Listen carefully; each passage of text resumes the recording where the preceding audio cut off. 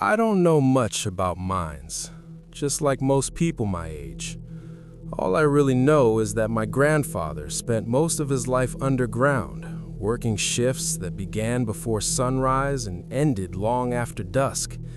In our town, almost every man worked the same way. The mine was the town. Then came perestroika. The mine was shut down almost overnight. Thousands of workers, drillers, mechanics, operators, were left with nothing. The town slowly hollowed out, just like the tunnels beneath it. Eventually, the mine became just another abandoned relic of the Soviet era. Forgotten, sealed off, dangerous. I forgot about it too. I had no idea that what lay beneath the earth would one day drag my children. It started with a phone call. The kids are missing! I hadn't even driven a kilometer from home when I heard those words.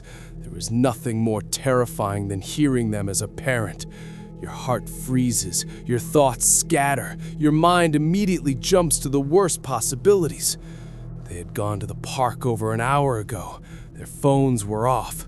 My wife, Helena, was usually calm under pressure, but now her voice trembled, thin and fragile, like glass about to shatter. They said they were walking Yura to training. I've called his parents, no answer. Okay, breathe, I said, forcing calm into my voice. Did you send someone to the pool? Maybe they're all there. Yes, Yana's checking now. I'm going to the park. Stay on the phone. It was late November, yet the sun still gave off a weak warmth. Leaves had fallen, and street cleaners were sweeping paths clean. A young family was taking photos near a pile of leaves. Their child laughed. Everything felt normal. Too normal. The park was nearly empty. A few elderly people sat on benches. They said they had seen children earlier, near the swings.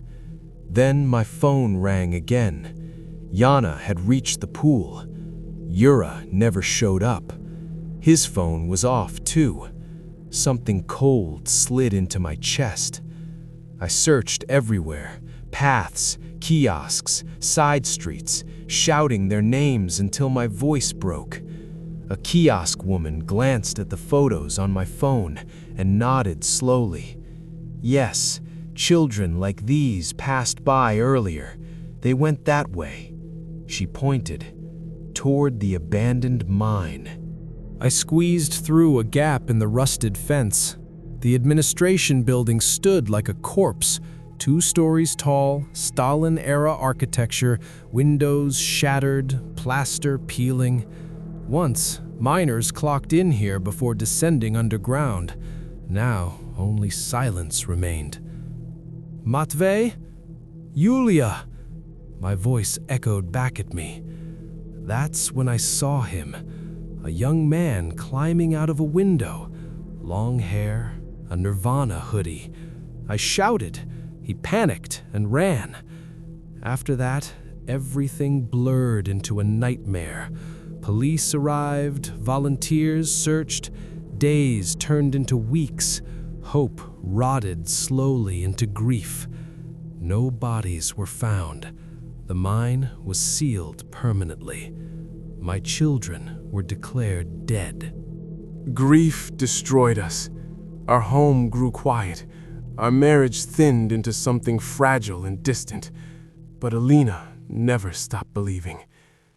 One evening, while walking through the park with friends, someone bumped into me. I turned. Nirvana hoodie. Same long hair. That's him, I whispered. He ran. I chased. The police caught him near the station. He was shaking. "You don't understand," he said. "You have to go before 7. If you don't, another year is lost." "What are you talking about?" "The children are down there. Today is the only day you can reach them." He sounded insane, but hope doesn't need logic. I unlocked his cuffs. We ran. Police followed. Shots rang out. We crossed the fence and forced our way into the mine. Suddenly, speakers crackled to life. Shift is over. All personnel must leave the mine. The lift cage, the clet, stood waiting. We stepped inside. It descended. The air was damp. The tunnels stretched endlessly. Time felt wrong. Then, laughter. "Dad!" Yulia ran toward me. Matvey followed. Yura and another boy, Mark.